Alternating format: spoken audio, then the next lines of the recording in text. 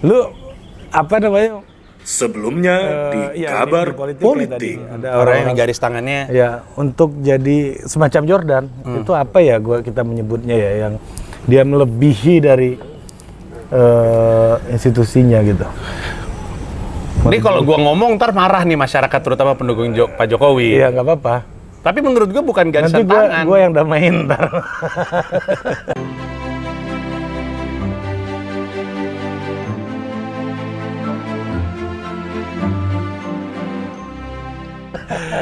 Menurut gua. Paling kan abis ini kita Dan ini pujian ya, ini Ya, pujian. Menurut Bang, gua Michael Jordan. Lu ngomong aja apa aja. Nanti kan kalau kita dihajar orang, kita diundang Deddy Corbuzier. Tempat masyarakat blunder melakukan klarifikasi. Iya. Gua pengen bilang, dan ini pujian loh, pujian untuk kubunya Jokowi. Pra-peradilan netizen. Bahwa, anak papa. Sampai mana tadi gue? Bahwa pujian. Oh iya, bahwa ini pujian nih, bahwa Michael Jordan dan Pak Jokowi itu punya satu kesamaan, sama-sama sebut produk tapi ntar salah ya, sama-sama hasil dari pemasaran. Yes. Bahwa dua-duanya jadi gini, dunia pemasaran selalu suka ketika ketemu orang yang tepat. Michael Jordan tuh orang yang tepat, David Stern yang punya pemasaran.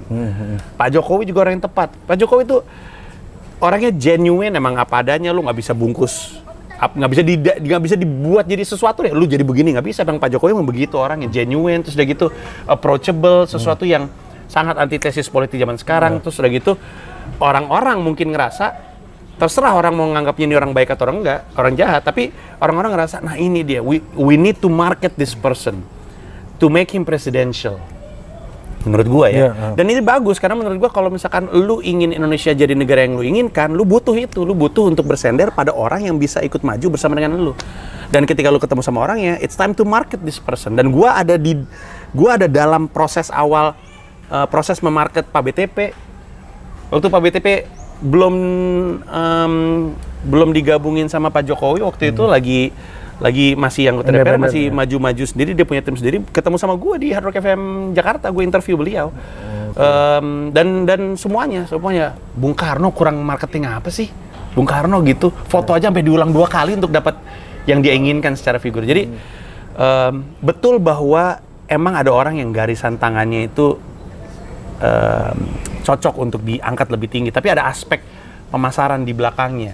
Terserah ada istilahnya mau apa, tapi ada proses desain untuk membuat orang ini jadi seperti itu. Tanpa proses desain yang bikin sama David Stern, Michael Jordan mungkin nggak kayak sekarang. Memang semua orang mengakui David Stern punya visi yang brilian terhadap NBA gitu.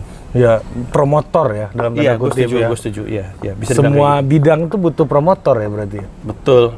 Dan sebenarnya every movement needs a face menurut gue. Setiap pergerakan tuh butuh wajah.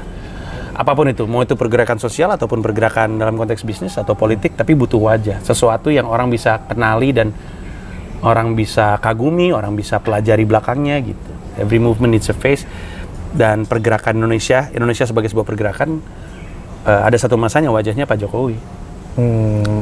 Walaupun satu masanya ya. Walaupun sekarang mungkin banyak warga cenderung kecewa sama Pak Jokowi, tapi ada masanya pergerakan Indonesia, terutama pergerakan politik, butuh wajah, dan wajah itu adalah Pak Jokowi. Dan dulu pernah Pak SBY juga kan? Pernah Pak SBY, betul.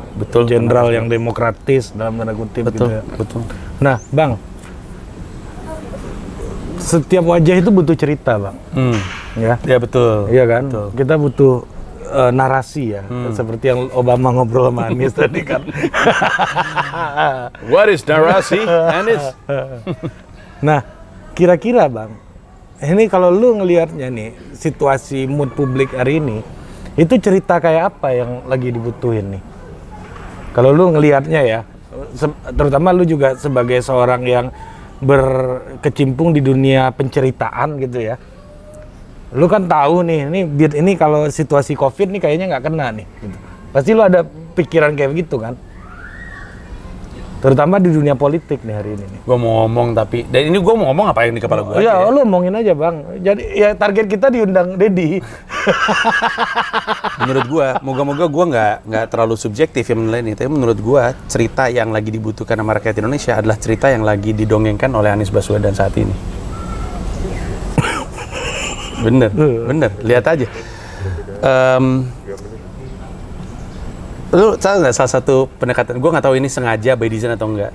Tapi di saat rakyat lagi gusar sama orang-orang yang nggak percaya medis, yang lebih percaya sama kalung anti corona, terus lebih ada percaya Pak Jering. iya atau kesayangan Profesor Hadi Profesor Manji, kesayangan, ya.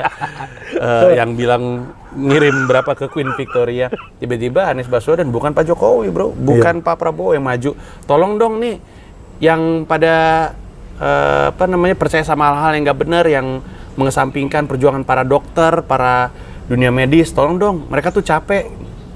Gila lu kalau lihat reaksinya, Anies Baswedan is the person people hate to love. He's doing the things that people hate him wants him to do, gitu kan. Maksud gue nggak suka sama orang, tapi si anjing ternyata benar juga nih kelakuannya gitu.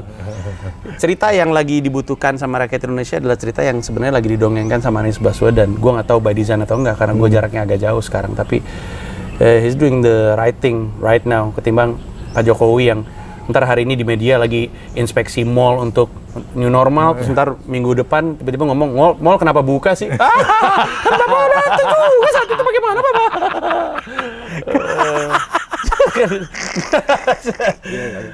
Ya kayak gitu-gitu, jadi ya. Ya paling nggak Pak Anies masih sangat konsisten ya dalam hal. Kalau menurut gua saat ini marketing wise lebih baik kita menggulirkan cerita yang mendukung mereka yang cenderung lebih parno daripada cenderung lebih nggak peduli. Nah ini lu kayaknya nggak konsisten juga sama diskusi kita yang sebelumnya. Emang gua ngomong apa? Lagi mabuk kali ngomong. Gue sih lebih cenderung yang bertindak seperti Anies, tapi berpikir kayak Pak Jokowi kata lu. Waktu itu tengah-tengah lu kan. Iya betul. Oh. Terus tadi gue bilang apa sebelumnya? Mendukung Pak Anies. Pandangan yang lebih parno. Iya dalam tindakan. Politisi deh mas.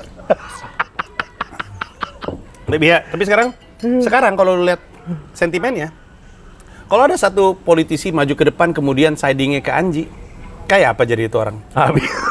Nah, lu lihat cari politisi yang sidingnya lebih ke medis. Iya. Didukung kan? Iya. Siapa yang kayak gitu? Yang ngomong? Iya, Mas ini. Iya. Anies narasi. Ahlul bed. Halo pendukung Anies Baswedan, jangan marah-marah Anda sama saya, ngomel mulu Anda.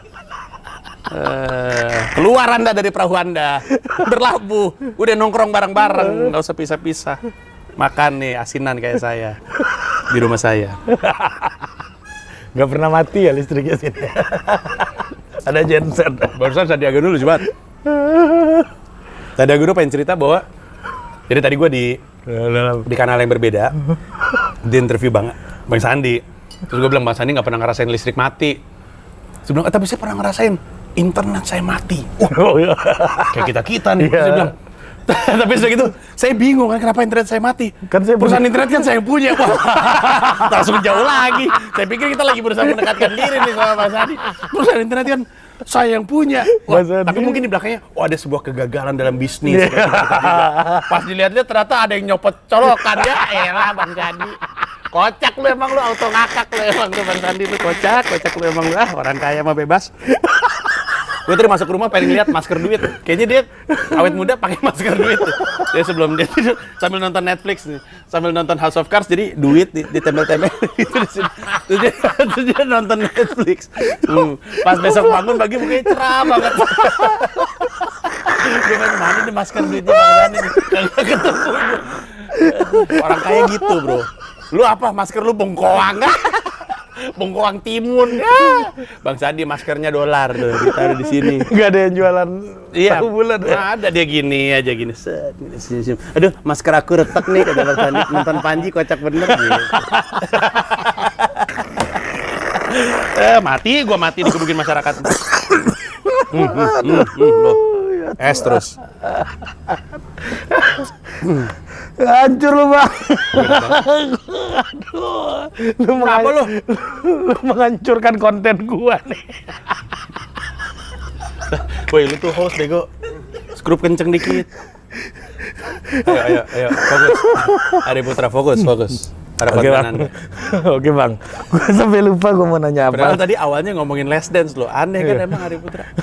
Kok gue yang aneh, lu yang gila, lu gue yang Gue yang gila. Di belakang tuh ada yang merhatiin tuh. Menurut mereka gue biasa-biasa aja kayak.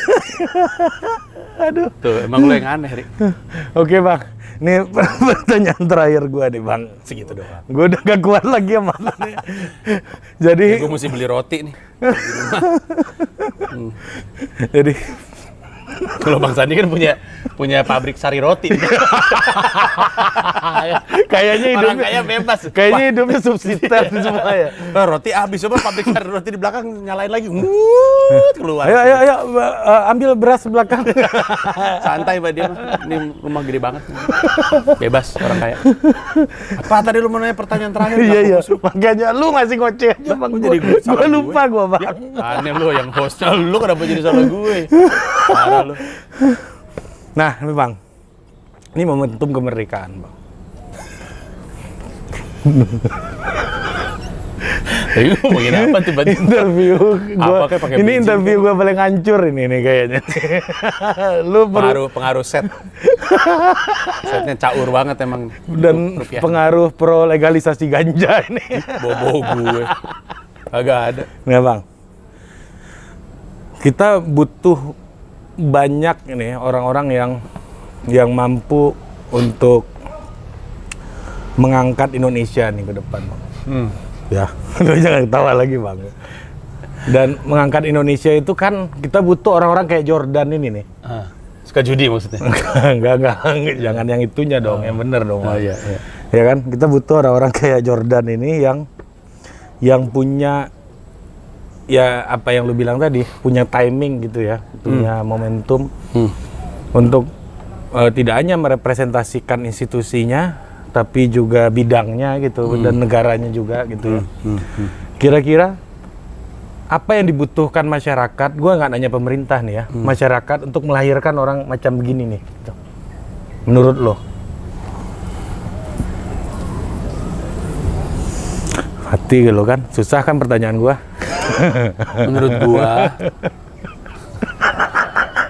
Menurut gua supaya kita ambil momentum 2024 aja Iya, ya.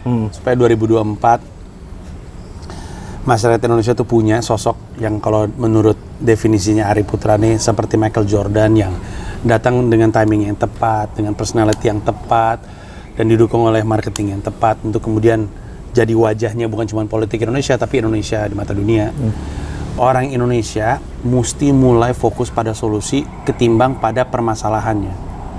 Karena kita tuh kebanyakan setiap kali ada masalah tuh selalu ini salah siapa segala macam dan itu melahirkan kambing-kambing hitam itu ditunjuk. Tapi kalau misalnya setiap kali ada masalah yang kita cari adalah kemana kita mesti nyari solusi, itu akan memunculkan orang-orang yang kompeten, orang-orang dengan kemampuan, orang-orang yang kemudian bisa jadi dalam tanda kutip ikon-ikon yang kita dorong ke depan. Di antara semua orang-orang ini mungkin ada salah satu yang setelah rontok, timing, keberuntungan, personality dan segala macam, akhirnya dia muncul tersisa 1 atau 2 atau 3 terakhir untuk kemudian bertanding di 2024. Tapi untuk itu orang Indonesia ini juga mesti berhenti untuk fokus di permasalahannya. Untuk apapun yang terjadi di Indonesia, kita cenderung fokus ke solusinya apa. Karena fokus ke permasalahan akan melahirkan kambing hitam, fokus ke solusi akan melahirkan pahlawan-pahlawan. Sebenarnya kan marketing dalam politik itu sering sekali bermain dengan racun dan penawar. Kadang-kadang by design ya, jadi dilempar racunnya dulu, masyarakat bingung, ntar ada satu orang bawa penawar, hero gitu kan. Nah ini racun dan penawar itu permainan yang mesti didorong, baik sadar ataupun nggak sadar, tapi fokusnya adalah untuk menemukan siapa nih yang kita mau dorong untuk jadi orang yang bawa penawar untuk racun yang terjadi di Indonesia gitu. Jadi fokusnya pada orang yang bawa solusi, ketimbang fokus pada kambing hitam ditunjuk sebagai akar dari permasalahan. Ya karena situasi krisis kayak gini, orang pasti akan cenderung mencari orang yang bawa ya katakanlah yang agak pragmatis gitu orang berpikirnya kan. Mau nggak mau bang gitu loh. Iya. Mau nggak mau kan itu yang mau lu sampein kan. Iya. Dan Ya kalau kita bingung ya, kalau kita tanda tanya, nggak jelas segala macam, terus ngerasa kita kena sialnya, instingtif kita nyari gara-gara siapa gitu. Nah itu ya cara pikir yang salah. Nggak gara-gara siapa-siapa, gara-gara pandemi. Masa Pak Jokowi katanya Pak Jokowi janji kampanyenya ekonomi tumbuh 5%. Masa ini minus 5%? Hei ente, ini kan pandemi dong. Coba dipikir dulu. Jadi ya kita mesti tahan insting kita untuk selalu nunjuk orang sebagai penyebab kesialan yang terjadi sama kita dan fokus sama solusi. Karena perjalanan kita menuju solusi akan mempertemukan kita dengan wajah-wajah segar untuk jadi penawar dari racun yang ada di Indonesia. Itu yang ingin lu bilang bahwa orang-orang yang fokus kepada permasalahan ini bagian dari netizen-netizen yang tersinggung ini. Iya, betul sekali. Yang saya bahas di Como Domino Stand Up Comedy World Tour. 20 kota, 7 kota terjadi di tahun ini. Tanggal 20 Agustus penjualan tiket untuk Makassar, Denpasar, Balikpapan, Palu, dan Jakarta. Info di tersinggungolepanji.com. Oke, itu kesimpulan diskusi kita hari ini. Terima kasih Bang Panji. Itu poin pembicaraan kita. Hanya itu, yang lain tidak penting. Yang lain tuh sampel. Betul. Buat hari H. Tadi waktu Bang Sandi gue nggak sempat adlib lagi. Iya. Sebagai orang sales saya gagal. Oke, sampai jumpa di Total Politik berikutnya. Produced by Total Politik and powered by haluan.co.